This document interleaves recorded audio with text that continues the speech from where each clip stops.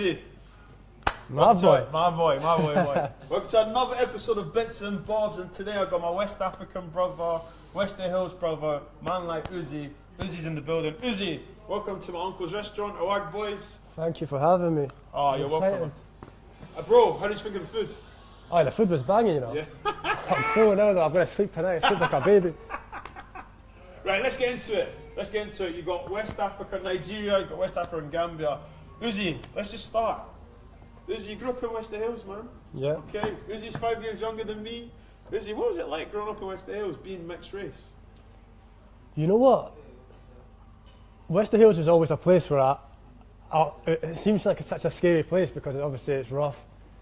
But then I moved there when I was maybe like 13, 14 and you get to know everyone and I loved it.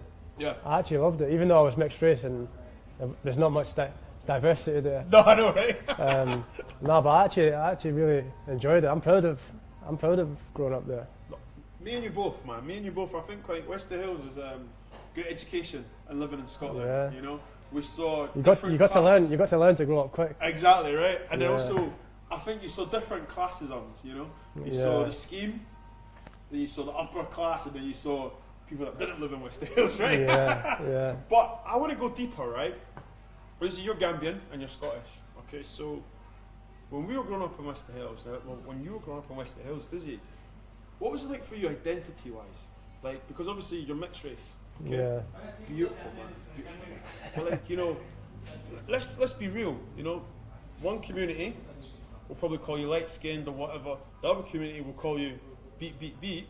How was it for you? Yeah, you're right. But I see, even though I was grew up in a place like West Hills, I didn't really suffer much racism. Amen. But I saw a lot of it, but not me personally. Mm-hmm. But yeah, it's obviously, especially back then, it was a lot different to what it is now. There wasn't as many. Has much changed though? In the mentality? I would like to think so, yeah. Okay. I think it was a lot more. I think it was a lot harder back then than it is now. Especially back. Beep, beep. How was it for you? Yeah, you're right. But I see, even though I grew up in a place like West Hills, I didn't really suffer much racism. Amen. But I saw a lot of it, but not me personally. Mm-hmm. But yeah, it's obviously, especially back then, it was a lot different to what it is now. There wasn't as many. Has much changed though? In the mentality? I would like to think so, yeah. Okay. I think it was a lot more. I think it was a lot harder back then than it is now. How do you agree? Yeah. Well, do you know what? I'll be honest with you. Obviously, like I think that it was hard then. It was hard then because you had to be brave. Yeah. You know, or you had to falsify confidence. Yeah. You know, that's the because thing. it was like, yes, I'm black. Okay. Oh, yes, I'm mixed race. But it was like we were cute, weren't we? To some people, oh, we were cute, our hairs and stuff. Especially when you're young, you just want to fit in. You want to fit in, right? So you pick up the accent, right? Yeah, you try and play football. We'll get onto that. But then it was sad though because you were still that black guy. Even though you're mixed race, you're still known as the black guy, Yeah. right? So I mean, yes, it has changed. Has it got easier? Yes, and no, because social media has opened up a new gates. Give me a typical week for you living in West Hills. Living in West Hills, well, obviously, I don't live there now, but when I was younger, Yeah. say it was summer holidays, you're just outside playing football all day. Like literally in the Single square. knockout. Yeah, in the square all day just playing football. And I think that's what made it easier for me because I found a way to get on with everyone because everyone loves football, especially all the boys. So, and I was quite good at it. So You're actually more than quite good. You're actually very good. yeah. But like growing up in West Hills, I feel like it determines you to want to do better. Or me anyway, personally, determined me to want to do better in life. And I always felt like I wanted to get out. So it gave me something to work towards, and yeah, I just wanted to work hard to get out, basically. Motivation, isn't it? Because we remember farm foods, which is still there, but like, you know, your mum, my mum, like, you know, hustling just to make ends meet. And those days, you know, Christ, so what you think is expensive now, those days I thought it was extortionate because you've got kids to feed, isn't it? You know, I think I loved how you said that it was a motivation. You know, I think the funny thing is these days that people don't realise that growing up in places like West Hills, or for example Nidri, or these places that aren't seen as Corstorphine or anything like that, it was tough. And the only way to fit in was to play football because you want a car. And you know what the thing is? I feel like there's two ways you can go. You can go down the road of like drugs, Yep. women, drinking all the time. Or you can look the other way and try and stay positive. Yeah. But it's easy to fall in that trap. It's so easy because most people are doing it. Mm-hmm. But I never, that was never for me. That wasn't the life I wanted to live. Because you saw what was around you, you saw how people ended up, right? Yeah. So what advice would you give to mixed race kids now?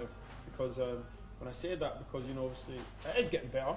Obviously, excuse me, we see less identity crisis. For you, obviously, for me, for example, excuse me, I'd leave my house and I'd think I'm Scottish. I'd go back home to my mum's house. I'm a Nigerian boy. Two different cultures, but I live in the one country. Do you know what I'm trying to say? Yeah. So what would you advise mixed race kids, and when I say kids I mean boys and girls, how to deal with the identity crisis? For me, I would say just be proud of who you are. Don't try and be someone that you're not. Because even though it might look right and feel right at the time, like you are who you are at the end of the day. So yeah, just be yourself. If someone doesn't like you for who you are, then that's their problem. That's their problem. You heard it here, guys. And also, Ousy, do you know what? I'm just going to say something, right? I find it funny because, when we were growing up, we were called all sorts of names, right? Fast forward it to now, okay? If you've got big lips, it's a fashion accessory now. Yeah, it's true. nice. To have darker skin, we've heard the term, light's better over tan. Just to conclude on this one, do you not think it's ironic that those days we were made fun of for our skin colour, lips, facial features? Some of us have some bombs, we call it nyash, you know what I mean? Do you not find it entertaining? Not entertaining, but do you not find it amusing and interesting that now the generation's mindset has changed? Yeah. Girls want big lips, they want the bombs, do you know what I mean? Yeah. What's your thoughts on that? Just to conclude on that. Probably got to thank Chris Brown or something like that for that. Because I feel like when he started popping off, everything changed. Like. Yeah. By the way, were you Chris Brown's cousin as well when you were younger? Nah, but yeah, you're right. It has changed a lot. Right. And I feel like it's a good thing anyway. Yeah, I mean, you can see the positive from it, of course, because it changed the outlook. But I find sometimes, and I want to stay positive, I find sometimes some people still like our culture, listen to our music, but I feel they could never walk in our shoes. Nah, because the right. mentality we've had to have when dealing with racism, bullying, whatever, we've also got to stand up and show humility, So no, I salute you. Because if you don't stand up to it, it's going to just keep happening and getting worse. So Exactly. You have to. Exactly. Now you talked about football, right? Okay. You talked about football. Football obviously helped you fit it in, and let's not lie, the genes help. The African genes, stronger, faster, pace and power. Yeah. What was the first memory of football for you? I can remember being I must have been about 5 or 6 and going for my first trial, nervous. That was in Kirkliston. But yeah, my other friends were there from school, nursery school, my neighbours who I grew up with. So that was probably my first memory, yeah. So what, boys club, obviously, shout out to Tynecastle.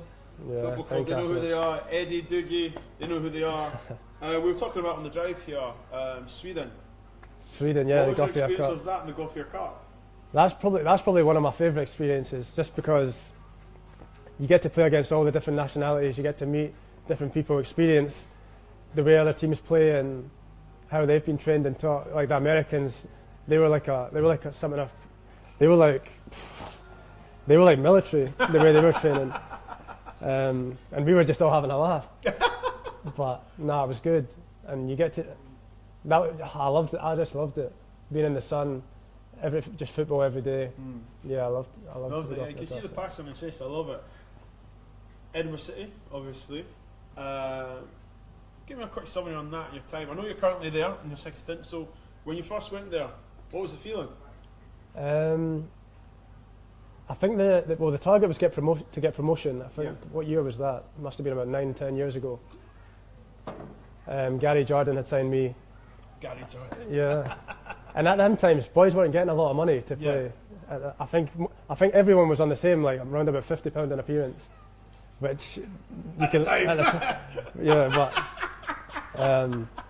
but it was good because we never had any big egos. There wasn't people like everyone was just trying for the same goal.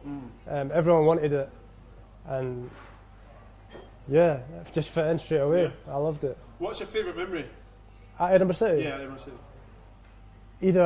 Well, I've had 2 promotions there, and I can remember my first ever professional goal, overhead kick against Berwick Rangers. Let's say it again, bro. Say it again, bro. Yeah. Your First professional goal. See how you It was actually, guns up there? I think it was my first start, actually. Are you serious? Yeah, my debut in League 2, overhead kick against Berwick. And then from then on, never look back. Yeah. And then obviously I ended up getting a move at the end of that season to League 1. Yep. Went to Forfar, hated it. Why did you hate it? Was it a big step up? No, it wasn't even a step up. I probably shouldn't have signed for Forfar. I had a lot of clubs interested at the time.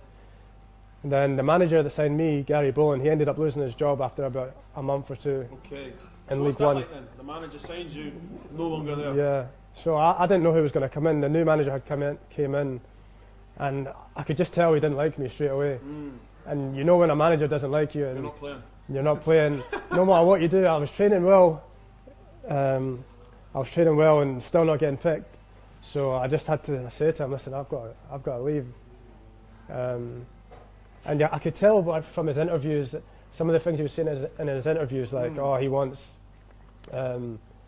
boys won't be here and stuff like that, and it's not his players, like stuff like that. And I knew he was talking about me. Okay. So I don't know how you're supposed to play for someone that you know doesn't want you. So how did you deal with that though? Because I feel like, you know, listen, we see the glitz and glam, the goals, you know, the stadiums that you play in. I think we never talk about when you're not playing. Yeah. You just got yourself at the time it was a big move. You've run up a league.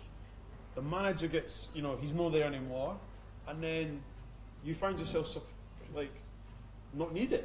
So That's what I felt like, and it's hard because it's easy to just down tools, and I feel like I did that a little bit for because I just wanted to leave. Do you think you gave up too easily?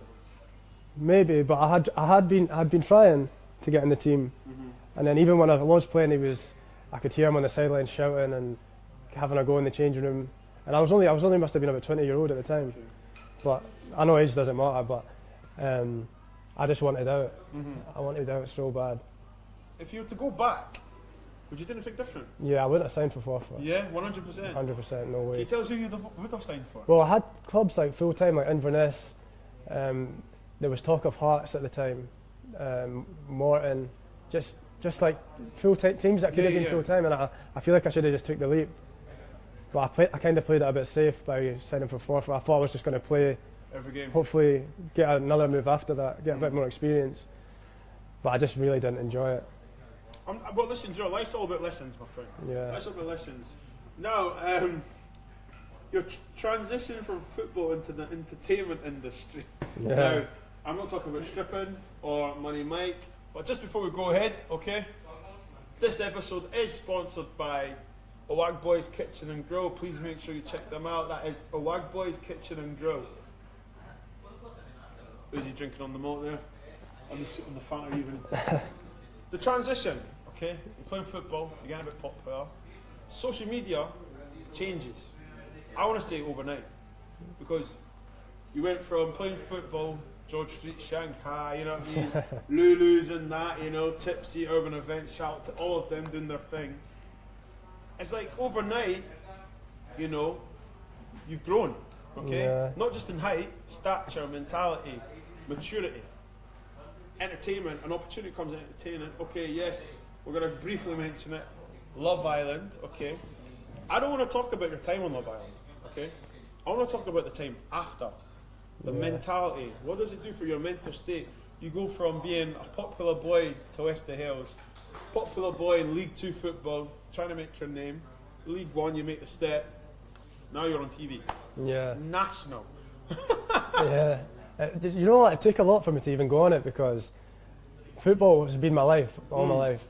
And I had been asked to go on Love Island maybe like 3 or 4 years in a row, and I always thought, nah, it's not for me. How does it even happen? Did they DM you? Or what? DM. Just DMs on Instagram. Yeah, slip in the DMs, yeah. Like, I think some people might apply, but I never applied, and Say that again, bro. You never. You don't have to apply. sorry, I was. It's the fun. I'm joking. No, you don't have to apply. No, you don't have to apply. That's good. No, I didn't. I never applied. Some people apply, but I was approached, and then that year I went on. I was just like, you know what? What have I got to lose? It's an opportunity that maybe comes around once in a lifetime. Of course. Not everyone gets it, and I just wanted to try something different. Come out, get out of my comfort zone a little bit, I like and that. it's a chance to make more money. And that's the part I feel like in Scotland, right? I don't know if it's our culture, and I'm talking about the West African culture, where we're driven. We wanna do well. Okay, Yeah. from the way we've been brought up. You know, you look around you, you're like, I don't want to be like that. I want to do more. I want to do more. You want more because you want to enjoy life, but also you want to experience life, right? Yeah. And I salute you for doing it because, you know, you've said no, you've said no, you've said no, and you went on to it. I'm not going to ask you, was it what you thought it would be? Okay. When you realised what it wasn't, how did you deal with that? You just kind of have to take in your stride, Yeah. because it is what it is, and it's TV at the end of the day. It's just for entertainment. People forget that though, don't they? Yeah, It is for entertainment. yeah. People do forget that. But people love the show. It is a massive show, let's be honest. It's probably one of the biggest in the UK. I was going on holidays, but then overnight it just changes. Like now you're responsible for someone. You've got to pay all the bills. You've got to be the make father. sure there's a food shop in. Make sure she's good dentist wise, doctor wise. Like you've got to take her to all her appointments. And it is hard. Like it's all brand new to me. I wasn't used to any of that. Like, even just going to the shops, I'm not thinking about myself anymore. I'm thinking about what I need to get for the family. Like, so it is difficult. Even little things like parents' evening. Like I'm obviously the big brother, but I'm like 24, 25, turning up at parents' evening, and it's a shame on my little sister because obviously her dad's not a good person. He's in jail now. We don't need to talk about it, but don't worry. And obviously she's grown up without a mum or a dad now, so I'm basically like the dad now, which I wouldn't have it any other way because she's an amazing kid, but it was difficult, I'll be honest. My heart goes out to you, man, and it is quite sad because, listen, Chris, we know about me and my mum, Chris. I think half Edinburgh knows the beef between my mum, but like I'm not like people don't see that side, do they? No. You know, the whole responsibility, you know, like social media is brilliant, but they don't see what happens behind closed doors, you know, like being a legal guardian for someone, and we're not. I always say when you become a parent, you sacrifice your life. That's it, because you want to regrow. But for you, it wasn't that you said, okay, I wanted to do this. It happened, and there's no one else. So you've took the mantelpiece and done it. And how are you coping now? Do you know what? I've got obviously twin sisters as well. Yeah. They're 27 now, and they help a lot. So obviously I'm quite a busy person. I'm either playing football or I'm away working. Yeah. So they're always there helping me, which is if it wasn't for them, I don't know what I would do. So it works, kind of thing now. And I've got to ask you, you know, obviously your lifestyle's changed. Obviously your intermediate life has changed. Do you have any joys? Besides going to the gym, do you have any time for yourself? Not really, you know, but maybe after a game on a Saturday, Yeah. that's when I have time to myself. Other than that, not really. I feel No. for you, man. Seriously, No, I do. listen, everyone's got their struggles, innit? So Of course, yeah. it's just life. You just got to get on with it. No, and listen, let that be a message to everyone, you know. We're all going through things, you know, whether it be mentally, physically, or within the family. And, bro, you know, listen, everyone says the DM's open, but you know you can call me. Yeah, you yeah. know I'll hound you from now on anyway to make sure you're okay. So listen, man, I salute you for that. Seriously, big up, 10-10, man. Well done, well done. Appreciate it. Oh, man, that was a bit emotional. So let's move on. What's life for you like now? Do you know what? Obviously, I quit football after Love Island, and I was doing the DJing abroad. Actually, let's touch on that, DJing. You know, I'm sorry, but we're seeing so many different tales here. Yeah. So the DJing, the adventure, how did that start? So it kind of come out of nowhere, you know. Really, because obviously a lot of our friends are DJs. Yeah, of course, yeah. And I was playing in these celebrity football matches all over England, and it was actually Tom Zanetti's manager. Okay. One night I was sharing a hotel room with him, and he was saying, "Oh, have you ever thought about DJing? Because he's got a lot of connections all around Europe, like where everyone likes to party, like all the kids' places, like Magaluf, Zante, Tenerife, everywhere. And he was like, have you ever thought about it? Because if you learn, we can get you bookings all over. And that's basically how it started. Yeah. And then that summer I was all over the place. What was that DJing. like? Yeah, it was good. The experience. No, it was good. I actually really enjoyed it. Yeah. Because I love travelling, and it's just like course. I must have left the country about 20 times in Are the you summer. serious? Yeah. How's the summer looking this year? Hopefully more of the same. Yeah. Yeah. But obviously I've got pre-season to go back to. So that's my next question. The transition from football to entertainment. Now my question is, how are you balancing football, being a parent, okay, to your little sisters, the entertainment life? Because every day you're working. Yeah. You know, you're working to get each different goals. So how are you doing it? I don't even know. I don't really stop to think about it. You know, I just make sure it gets done. Football's always first, though. I feel family, and Of course, yeah. But in terms of work-wise, football. I try not to miss football ever. And to be fair, the club's been good with me. The manager's been good with me. They understand that I've got other commitment. And so that's one of the reasons why I even went back to Edinburgh City. Yeah. Forgive me, we strayed there. Sorry. Yeah, because they understood what I have going on. Yeah. And they're even always there to help. So yeah, that's how I balance it basically. So, Ousy, do you know, let's wipe away the glamour and the glitz, right? When you have a down day, what does that look like? If I've got a spare day to myself, I like to go gym. My head's always like, always on the go. So I'm always thinking about what next. Yeah.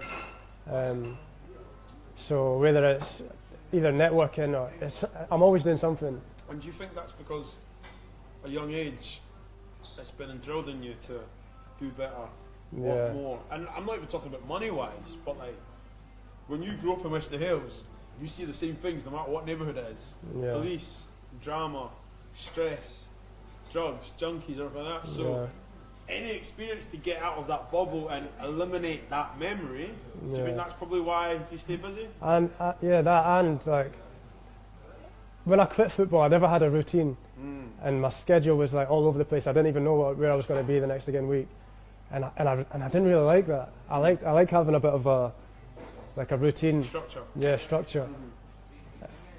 Or else my head just starts to go. So that's another reason why I even went back to football. Yeah. For my mental health as well. Let's talk about mental health.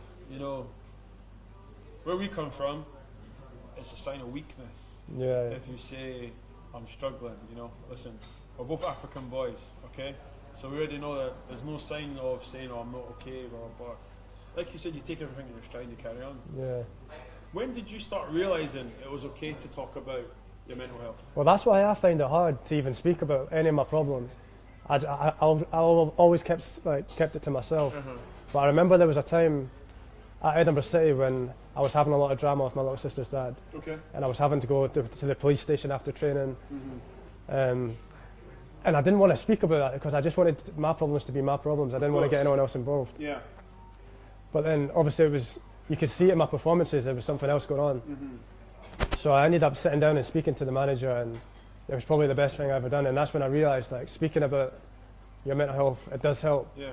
And he understood what it was, and it felt like a big weight off my shoulders, letting someone else know, so they can understand. They say that a problem half shared is a problem half solved, and I salute you for that, because me personally, man, I always talk about demons can't be drowned, and you know, it takes a lot of, and I want to emphasise this a lot, because I feel like from where we come from, if you're hurt or down, you show no signs of it. You know, you're supposed to be bulletproof, Superman, like Spider. You cannot show any weakness, but as it shows, we're killing ourselves. Yeah. And I'm speaking about black boys and mixed race boys, okay? And I'm going to also chuck this out to every race out there, that do not be so proud to share your problems. I'm saying this right now because, Ousy, you probably don't know this, but I tried to kill myself twice. 2 years ago because I could handle all my problems. And see, the day I started talking about it was the day I felt more release.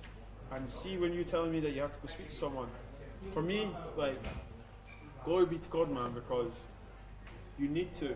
And the worst part of being a male on this earth is you always think you're on your own. And but then you forget about yourself, forget about your well-being, you try and look after everyone else. And like you said, your performance is told.